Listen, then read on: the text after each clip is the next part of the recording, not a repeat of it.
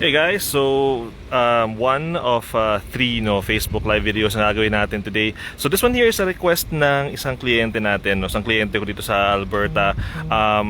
This is the 2021 Subaru Ascent convenience package, no? So as you guys know, I've sold this vehicle ever since it arrived in Canada. Nung bagong labas pa lang siya back in 2018, right? One of the very first owners ng Subaru Ascent was one of my clients na taga Alberta rin sila.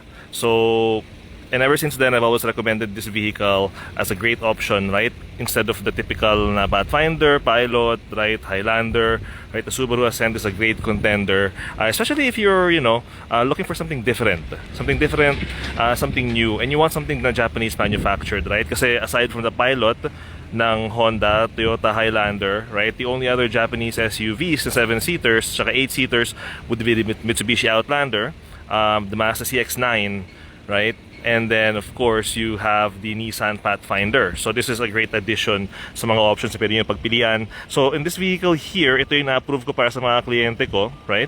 So I want to do a quick Facebook live video for them. Makita nila yung mismo ng sakyan, makita nila yung mga features.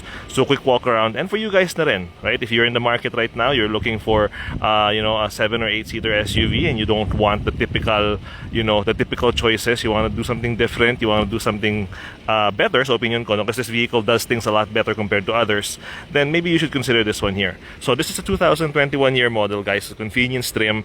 Not a lot of these out there in the market right now. Right now, I believe there's only 3 of them dito sa Edmonton, right? There's not a lot of these out there, again, because of the microchip shortage, right, and the manufacturing and all that stuff. A lot of the manufacturers now have stopped producing 2021 na mga models. They've actually started producing 2022. So ito yung 2021 na model, which wala namang kaibahan sa 2022 model, right? So let's do a quick walk around. So ayan siya.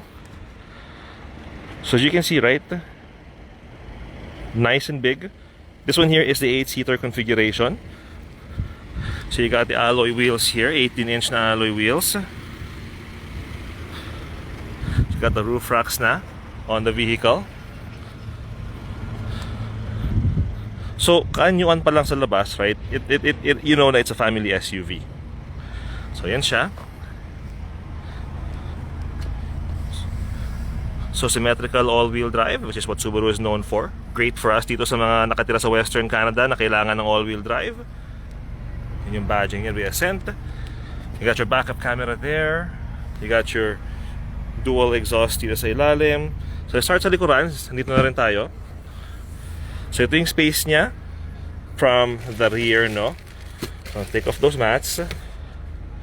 So space-wise, yan siya, right? Very typical sa mga 7 or 8-seater na SUVs. You don't get a lot of space like this compared sa mga ibang models ng ibang brands. No? I'm not gonna mention which brands those are, right? But, that's for you guys to see sa mga videos natin. So, yan yung space niya. Ito naman yung compartment niya. So, meron kang compartment dito sa loob. You got your wheel locks. Ayan yung mga kailangan para mag-change ka ng flat tire. So, nandyan lahat ng kinakailangan. There's a power outlet here if ever na kailanganin mo. So the seats here in the back, tatlo sa gitna, as you can see there, no? So very easy, just like all the other family SUVs nowadays. You just pull this, that will fold down. 60-40 split, you pull that one will fall down as well. So yan yung space niya sa likuran. Tanggalin ko to para makita nyo. So better idea of the space kung hindi mo kailangan yung 8-seater configuration, right? Pretty good on space. So yan siya. Now let's go over sa passenger side sa middle row, no? I'm also gonna mention, because one of my clients did ask me this before, yung anchors for car seats. So for the Subaru Ascent, it does have the latch system kahit sa third row. So pwede kang maglagay ng car seats sa third row kung gusto mo.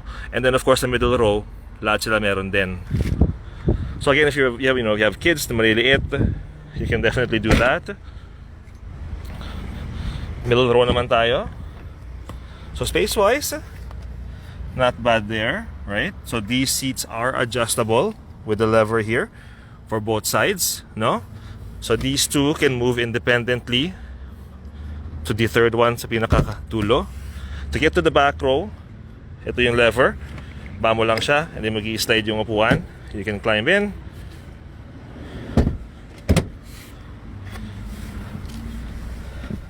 space-wise, pretty good actually if you look here, no? So the front seats are adjusted para sa height ko na. And then sitting here in the back, the second row, that's pretty good space, pretty good leg room kung adults ang uupo dito. Even more so kung mga bata na naka-booster seat, right? You know how kids are pag naka-booster seat sila, they like to kick, they like to move their legs, so there's room for them to do that. There's 2 charging ports, which is nice. Yan. And then meron kang compartment dito. So it has a cloth interior here. Diba? So again, it's not a bad option to consider. So this one here, we're looking at the white, no? This is the white color, so you can see yung trim niya sa loob is the beige. So you got the beige trim, and then the white exterior, and then the black leatherette na handrests dito. So yan siya for space consideration, no? So going over to the driver's side naman, what I like about this vehicle with all the Ascents is meron silang ilaw dito. So yung ilaw na yan, pag nabuksan yung pintuan, would ilaw yan, and pag gabi, it would illuminate yung area dito sa baba. So I think it's really handy, you know, if you ever drop something or whatnot. Yung ilaw dito, I like that. So it's got the power seats, power adjusted seats, no? Sa starting model, which is nice. You don't find that a lot, right? I know some manufacturers, pag sa mga starting model nila, manual pa rin yung adjustment ng upuan. Dito power na siya. So you still get the same thing as the back, the leatherette na handrest with the beige trim sa loob. Pasok tayo sa loob. So yan naman yung display niya dito. Okay, so you got digital speedometer right there. So this is the convenience package. So it is yung Disuse na version.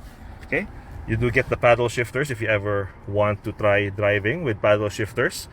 Since it has the Subaru Eyesight technology, the Eyesight safety technology, which is mounted here, lahat ng Ascent meron ganito, right? Yung safety system ng Subaru, you do get yung adaptive cruise control here on your steering wheel, which is great if you're doing a lot of long driving, right? Case for example, later today we are going to be driving to Manitoba. So a lot of that driving is going to be involving a lot of flat roads, na diretso lang, may liko here, may liko there. You know, mga ganong klaseng driving situation ba? You put the car on cruise control, makes life a lot easier. You got your volume controls here, USB and all that stuff. You got your display settings over here, which you can do. So yan siya, pwede mong ibahin yung makikita mo. Average fuel economy, right? How long you've been driving, and all that stuff. You got that display there as well. Temperature, how many more kilometers until empty, and then of course yung time niya mali. I don't know why, hindi ko na-adjust. So ito yung display niya. So this is touchscreen as well, which is standard in a lot of vehicles nowadays. I remember back in the day, right? Yung mga lumang Mitsubishi na walang touchscreen na ganito, sakit ng ulo para i-connect yung Bluetooth and to hook up your music, right? So now at least a lot of the manufacturers are switching to touchscreen, which is good. So this is a bit of a smaller screen, but it still does the job, right? So you still got that, you still got the touchscreen, your phone and all that stuff, the radio. You got your dual zone climate control settings here. You got your 2 USB charging ports there, aux cable input. Again, kung meron pang mga gumagamit dyan ng mga lumang MP3 na kailangan ng aux cable para makarinig kayo sa music ninyo, that's there. You got your X mode, your Subaru X mode, and your auto vehicle hold. So yan siya with the X mode, no? Turn on and off. Backup camera, ito naman siya. Sa inyo backup camera niya, pretty good coverage, right? And at least during the daytime maliwanag. Like for example, on my own personal car sa 2010, no? Na Acura MDX, yung backup camera niya hindi ganyang kaliwanag. But again, that's just my vehicle. But I like that. It's got yung ports dito for power. If kailangan nyo mag-charge, bili kayo ng ganito, right? Meron ka dito. Pwede mo ring i-charge yung mga cellphones at electronics mo using the 2 USB ports na kasama yung sakyan. Ayan siya. Glove box is over here. Yan yung mga manuals niya. You got some extra storage here, and again, same thing with the beige na trim sa loob with the white exterior, no? So underneath the hood, lahat ng Subaru Ascent po runs on a 2.5 liter turbocharged engine. Okay, so hindi sila 3.5 liter V6.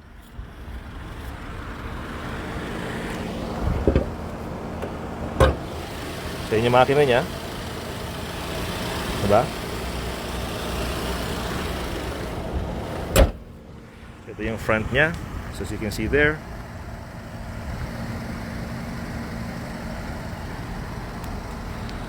got the very nice Blizzard Pearl white na color. You can't really see it, no? But yung extra na kinang compared sa regular na white, yung parang pang taxi white versus yung Blizzard Pearl na white, mas maganda yung kinang ng Blizzard Pearl na white. So there you go. So one of the reasons why I always suggest this, no, especially if you're looking for a vehicle na if maybe you're in transition. What I mean by in transition is meron kang kailan mag-asawa dito, for example, sa Canada. Pero yung mga anak nyo parating pa lang galing Pilipinas, right? This is one of those vehicles na can serve you well kung kayo mag-asawa pa lang, and then pagdating ng mga anak ninyo, kasya pa rin kayo, may space pa rin kayo. And I mentioned that because price point wise, right, you're only a few $1,000s difference between an 8-seater SUV na Japanese versus a 5-seater na base model na Honda CR-V LX. So, you know, ang base model na CR-V LX nasa mga 36 plus. This vehicle here nasa mga 39. So a good $3,000 more, $4,000 more. Meron ka ng all-wheel drive 8-seater na SUV. So again, just something to consider, right? Subaru is a great brand, right? There's a reason why, you know, karamihan na nag-drive ng Subaru ay mga puti dito sa Canada. I'm not trying to make it about that, but there's a reason why, because you know they usually buy yung mga Subaru nila and then they keep it for like 7, 8, 9, 10 years tapos sa kanila trade in kasi it lasts for that long. I'm not sure kung saan nanggaling yung idea na Subarus are, you know, bad quality or sirain or whatnot. But so far sa experience ng mga kliyente ko and lahat ng bumili sa akin ng Ascent, wala pa ako naririnig na reklamo or problema when it comes sa mga sasakyan nila. The only time na nakakuha ako ng reklamo was I had a customer na bumili sa akin ng Ascent Limited, Ascent Premier, yung top of the line. Ang only reklamo lang niya is hindi raw nag-start nung winter. And binanggit ko sa kanya, well, you know, kuya, it was negative 48, right? At the time. And sinabi ko sa kanya na, you know, pinayuhan na kita, nung dineliver ko yung sasakyan, you have to, you know, at least use the vehicle once a day. So the reason na hindi raw nag-start yung sasakyan niya is because nakatengal lang ng isang linggo. So sabi ko, well, that's the reason why, right? So otherwise, wala pa ako narinig na reklamo when it comes sa mga previous clients ko na kumuha ng Subaru Ascent sa akin. So again, right, you want to think outside the box, consider something, definitely consider the Subaru Ascent, right? Now, I'm not saying that all the other brands are bad, but you know, everybody else is driving a Pilot, everybody else is driving a Highlander, everybody else is driving a Pathfinder. You know, do you want to drive what everybody else is driving, or do you want to drive something different, right? One other story na I like sharing is I also have another client na kumuha sila sa akin ng Subaru Ascent Premier, and at the time, nung nag-usap pa lang kami, they had decided na they were gonna buy a Honda Pilot. And then sabi ko, well, at least test drive niyo yung Ascent, tingnan niyo kung magugustuhan ninyo. And nung tinest drive nila yung Ascent, mas nagustuhan nila yung takbo ng sasakyan. Mas mabilis, mas smooth yung yung takbo raw sa daan, and then eventually they decided to go with the Ascent Premier, which is the top of the line one. So, you know, I mentioned that because gaya nga sabi ko kanina, from the convenience all the way to the Premier, all of the Subaru Ascents run the same engine. So, you know, if you want something responsive, peppy, fast, right, smooth sa daan, you know, then this is definitely a vehicle you should consider. So there you go. I'm gonna end the video there. We have 2 more videos that I want to make for my other clients, mainly because we will not be in the city for at least a day or 2 days kasi medyo malayo yung biyahe natin puntang Manitoba. We're gonna leave later today and probably come back Sunday. So I want to make these videos for them para at least pagbalik ko, right, alam na nila yung sasakyan, nakita na nila, and you know, we just gotta have to go ahead and set yung delivery date natin. So guys, what you're looking at again, 2021 Subaru Ascent Convenience Package.